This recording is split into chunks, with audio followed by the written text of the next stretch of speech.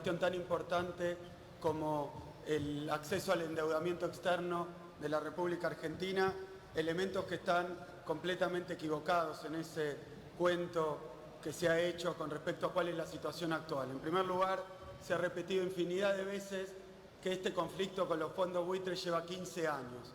Es mentira.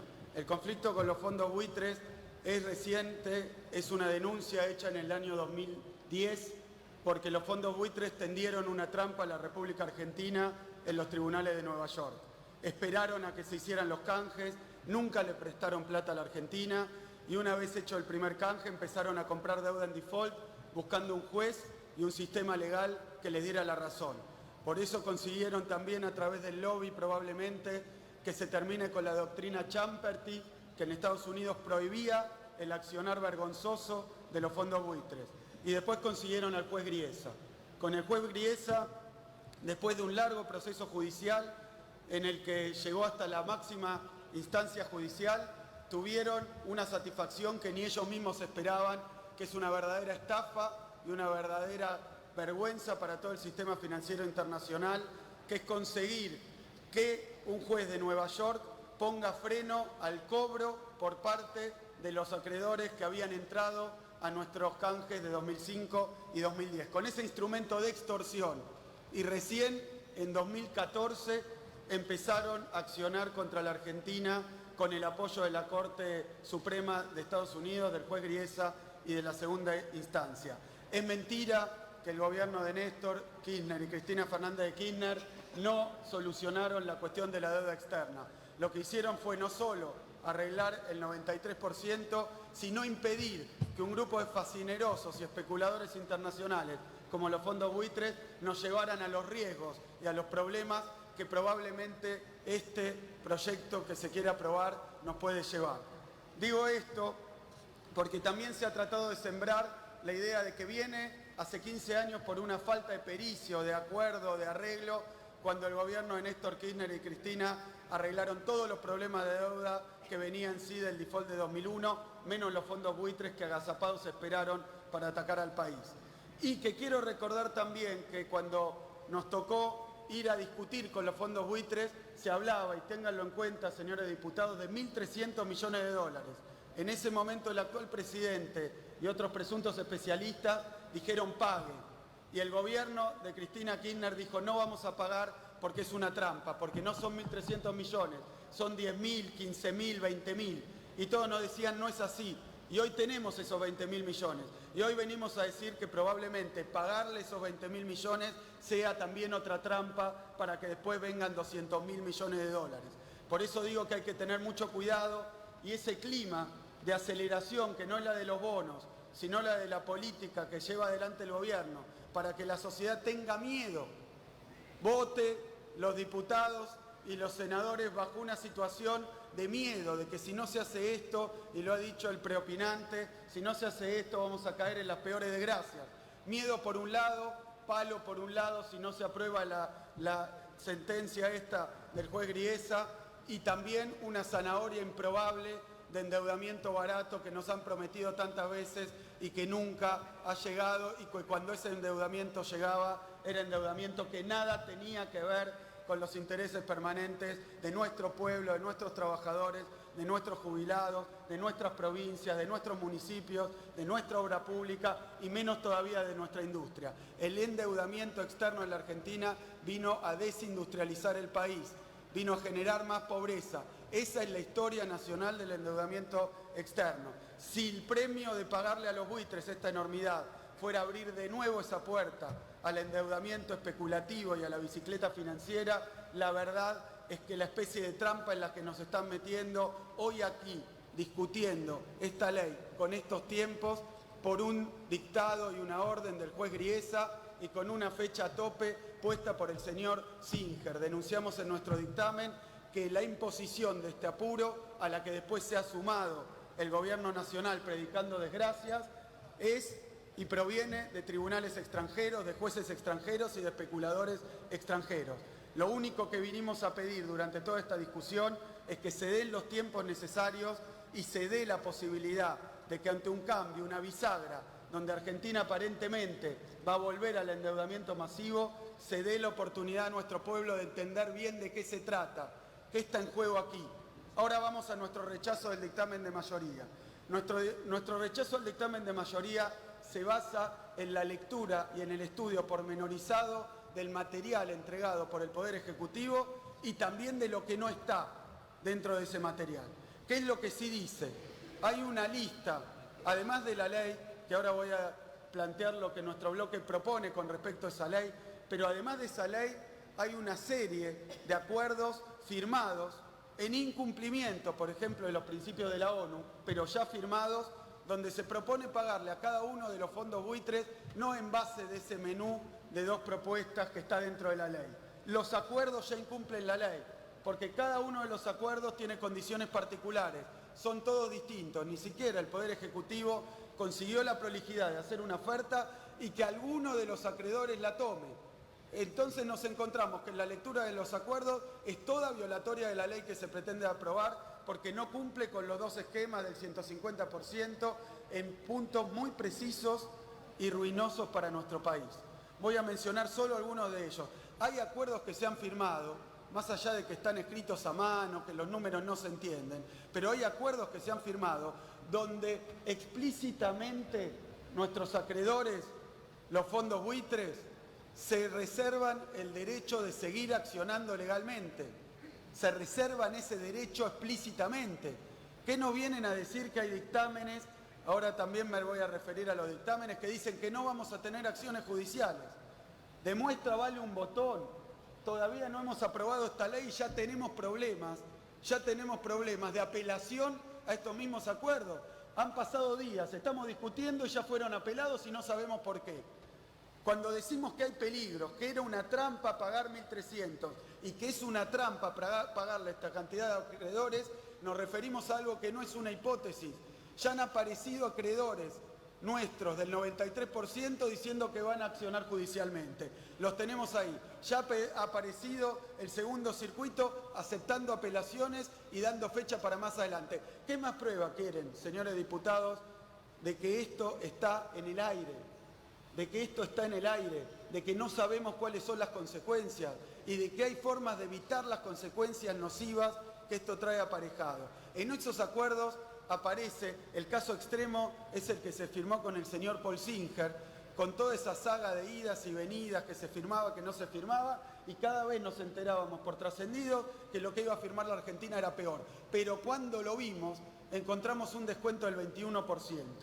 Es decir, que el descuento que dio el acreedor más duro y el acreedor más voluminoso fue solo del 21%. Cuando nos prometían por los diarios 40, 30, cuando el proyecto planteaba 30, después bajó al 25 y terminó en 21. Es un mal acuerdo, pero no estoy criticando a los negociadores. Estoy criticando a quien le dio la orden de cerrar imperiosamente estos acuerdos a cualquier costo. Y que nos puso entonces en esta situación de tener que aprobar 25 papelitos de unas pocas carillas que son una rendición incondicional ante los fondos buitres, por los montos que ponen, pero además por los riesgos que entrañan. Y en esto quiero ser muy claro, la inequidad que tienen estos acuerdos se marca para todos los lugares, se marca entre los acuerdos mismos, donde a cada uno se le pagan cosas distintas por conceptos distintos. Probablemente sea el extremo de esto el reconocimiento de 235 millones de dólares para pagos de abogados y otros gastos y otros juicios. Es decir, estamos aprobando, y quien vote a favor de esta ley, lo que está aprobando es pagar 235 millones al señor Singer por premio por habernos hostigado todos estos años, porque no dice ni qué se está pagando. Si eso se suma a lo que se le va a pagar por los bonos, llegamos a esta cuestión del 21% de descuento. Y agrego una cuestión más, tampoco es cierto que estamos pagando sentencias firmes. Estamos pagando y calculamos el ahorro con respecto a reclamos. Quiero recordar que, por ejemplo, Repsol pedía 18.000 millones de dólares, después 10.000 millones de dólares, sin ninguna tasación. Los reclamos no son un parámetro para medir el ahorro. Las sentencias firmes serían ese parámetro, pero no hemos podido ni siquiera reclamarle alguna sentencia firme. Y los buitres lo han hecho para seguir ganando más plata, pero nosotros nos tendríamos que haber plantado ahí y decirle como país soberano, traigan una sentencia, al menos, para discutir una quita. Son mentiras esas quitas, son sobre números inventados por los propios buitres que no conocemos y que no están en estos acuerdos. Eso vamos a autorizar. Eso es lo que nos piden autorización. Es un exceso del Ejecutivo pedirnos autorización para refrendar unos acuerdos que son todos distintos, generan inequidad entre ellos. Y, señores diputados, señor presidente, genera inequidad con dos grupos más que son el gran peligro que entraña pagar esto, siendo una enormidad. Además tiene un gran peligro a dos puntas. El primero es que no estamos arreglando con los fondos buitres holdout que quedaron afuera de los canjes de deuda exitosos con un descuento alto. No estamos arreglando con ellos, estamos arreglando con un pequeño grupo. Ni siquiera nos tomamos el tiempo antes de traer a la Cámara de Diputados para arreglar con todos los buitres. Así tenemos el panorama completo. Y no es que sean la mayoría, son la mitad del 7%. Esto en valor nominal probablemente sea la mitad. Es decir, que queda otra mitad suelta y boyando. Tenemos que ser muy suspicaces, muy perseguidos para suponer que si no firmaron ahora es porque quieren venir a exigir más. ¿Por qué no firmaron ahora? ¿Por qué están esperando? ¿No será Singer que tiene más bonos y va a volver a hacer un fondo buitre de sí mismo como lo fue con los créditos, los credit default swap, los seguros de default? ¿No va a aparecer de nuevo Singer a pedir más que lo que ya le pagamos si se le paga esto? U otros más que están afuera, han quedado afuera, van a pedir lo mismo o más, y no en condiciones de fortaleza, en condiciones de debilidad, porque ya hemos aceptado todos los acuerdos distintos y por fuera de los dos planes que pusimos para pagarles, que aún estando mal, por lo menos eran dos opciones, pero se ha ido a negociar caso por caso. Me atrevo a decir, apareció la hoja y por el apuro se firmó esa hoja, porque hay otras condiciones que nunca se han visto. La plata que se va a lograr con la emisión de títulos no viene a la Argentina, va directo a la cuenta de Singer. Esto no pasó en la historia y Singer dice que no se puede emitir ni $1 de deuda hasta que se le haya pagado todo. Tenemos que ser tan humillados como país.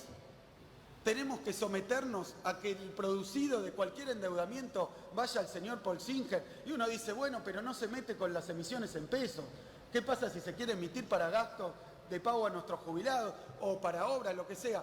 Pone un límite, $2.000 millones, si nos endeudamos en pesos por más, va Paul Singer. Estos son los artículos del acuerdo que nos pusieron adelante a los diputados y diputadas. No se puede aceptar así el de Singer, los que le dan predominio a algunos buitres sobre otros. Y después está el principal problema legal, que no es la cláusula Rufo.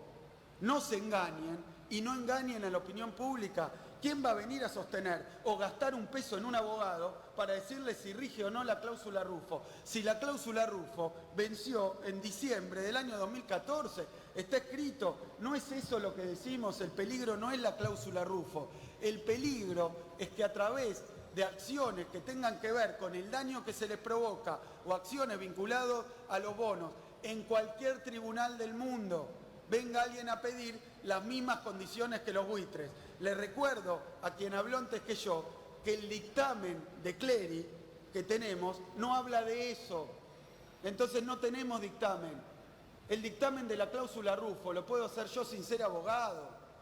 Pero decir que no rige la cláusula Rufo no nos protege del peligro enorme de que el 93% venga a reclamar lo mismo que Singer, diciendo cuando yo firmé ese acuerdo y esa quita y cuando recibí los bonos estaba disponible una ley cerrojo que fue un compromiso del Congreso Nacional, en ese entonces entiendo que era ministro Labaña, y entonces con ese compromiso yo entré al canje, pero si ahora levantan ese compromiso y pagan más, yo exijo daños y perjuicios. No soy abogado, pero lo entiendo desde el punto de vista de la razonabilidad.